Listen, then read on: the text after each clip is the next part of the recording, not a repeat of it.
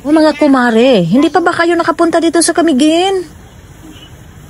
Hindi pa kayo nakapunta dito at saka nagproblema pa kayo kung saan pa kayo tutuloy?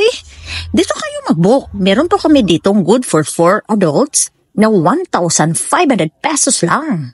Ito po yung aming good for 4 adults mga ludes, mga kumare.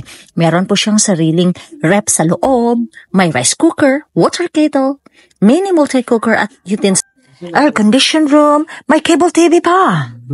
At saka, meron din siyang hot shower. Kaya dito na kayo mag-book, dito sa Camiguin Viajeros Vacation Rentals. At mga kumare, pag gusto nyo naman ng medyo malaki na room, meron po kami dito na good for 6 adults na may sariling kitchen. Ito po yun, may sariling kitchen siya na magagamit nyo. Free na yung paggamit ng gasol. Air-conditioned din yung room namin dito. May free wifi, may cable TV, at saka, murang-mura lang to. Meron din po siyang hot shower sa loob. Pwede kayong gumamit ng aming kitchen.